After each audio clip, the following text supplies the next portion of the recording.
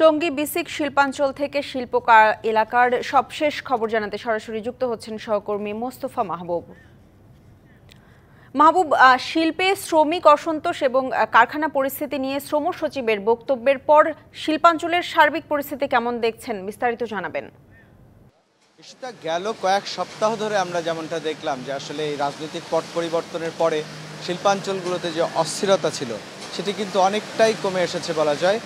যেমন একটি তথ্য আপনাকে দিতে চাই, এই গাজীপুর এলাকায় 776টি শিল্প কারখানা রয়েছে, তার মধ্যে আজকে বন্ধ আছে কিন্তু মাত্র 8টি কারখানা। সেই হিসেবে শতাংশের হিসেবেও যদি বলি তাহলে কিন্তু অস্থিরতা বা অচল অবস্থার পরিমাণটা কিন্তু খুবই সামান্য। আমি এই মুহূর্তে যে কারখানাটিতে আছি সেটি বাংলাদেশের যে কারখানাগুলো আছে সেটির মধ্যে একটি অন্যতম ভালো কারখানা। এখানে আন্তর্জাতিক যে মানগুলো সেগুলো কিন্তু বজায় রেখেই এই কারখানার কর্মপরিবেশ নিশ্চিত করা হয়। জাবের অ্যান্ড জুবের যে ফ্যাক্টরিটি আছে তাদেরই একটি ইউনিট এটি, নোমান ফ্যাশন, সেই ইউনিটে আমরা আছি। তো এখানে একজন কর্মকর্তা আছেন, ওনার কাছে আগে একটু জানতে চাই যে আমরা গেল কয়েকদিন থেকেই দেখছি যে কয়েক সপ্তাহ ধরে একটা অস্থিরতা আছে। আপনাদের ফ্যাক্টরিতে এই মুহূর্তে কি অবস্থা এবং পরিস্থিতি ভালো হচ্ছে নাকি একই রকম আছে, একটু জানাবেন। না, আমাদের বিগত দিনতে ঝামেলা চলছে বাইরে।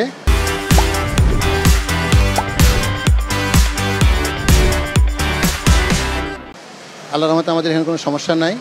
আমাদের যে টিম আছে, আমাদের যে কর্মচারী আছে, তারা বেশ আনন্দ উদ্দীপনা নিয়ে কাজ করছে। কারণ গভর্নমেন্ট ঘোষিত হওয়ার সাথে সাথে আমাদের কোম্পানি যে ফ্যাসিলিটিগুলো দেওয়া হয় আমরা সাথে সাথে দিয়ে দিই। এগুলো নিয়ে আমাদের কোনো দেরি নেই। আমাদের কোম্পানি যারা ব্যবস্থাপনা পরিচালক আছেন, যারা চেয়ারম্যান স্যার আছেন বা অ্যাডভাইজার স্যার আছেন, ওদের নির্দেশনা আছে যে আমাদের এই সমস্ত সুযোগ সুবিধা নিয়ে কোনো রকম বার্গেনিং নেই, আমরা গভর্নমেন্ট ঘোষিত হলে আমরা দিয়ে দেবো। শ্রমিকদের দিক থেকে একটা দাবির কথা বলা হয় যে বেতনটা নিয়মিত পরিশোধ করা। আপনাদের এই ফ্যাক্টরিতে কি অবস্থা? হ্যাঁ, আমাদের যেটা জেনারেল নিয়ম আছে কর্মদিবস 7 দিন এর ভিতরে দেওয়া, আমরা প্রত্যেক মাসে সেটা দিয়ে থাকি। এখানে কোনো ব্যতিক্রম হয় না, আমরা সঠিক সময়ে দিয়ে থাকি।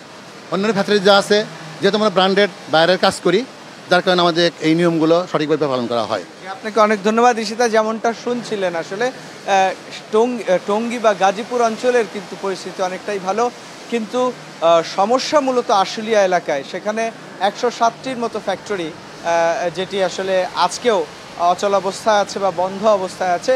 তো শ্রম সচিব যেটি প্রতিশ্রুতি দিয়েছেন আগামী শনিবার তিনি মালিক এবং শ্রমিক উভয় পক্ষকে নিয়ে বসবেন এবং তিনি প্রত্যাশা করছেন শনিবারের পর অর্থাৎ আগামী সপ্তাহ নাগাদ সবগুলো শিল্পাঞ্চলেই কাজের পরিবেশ ফিরবে এবং এই শিল্প কারখানাগুলোতে একটা স্থিতিশীল অবস্থা আবারও ফিরে আসবে। এই ছিল এখন পর্যন্ত আমার কাছে সবশেষ খবর। ঈশিতা। মাহবুব, আপনাকে ধন্যবাদ।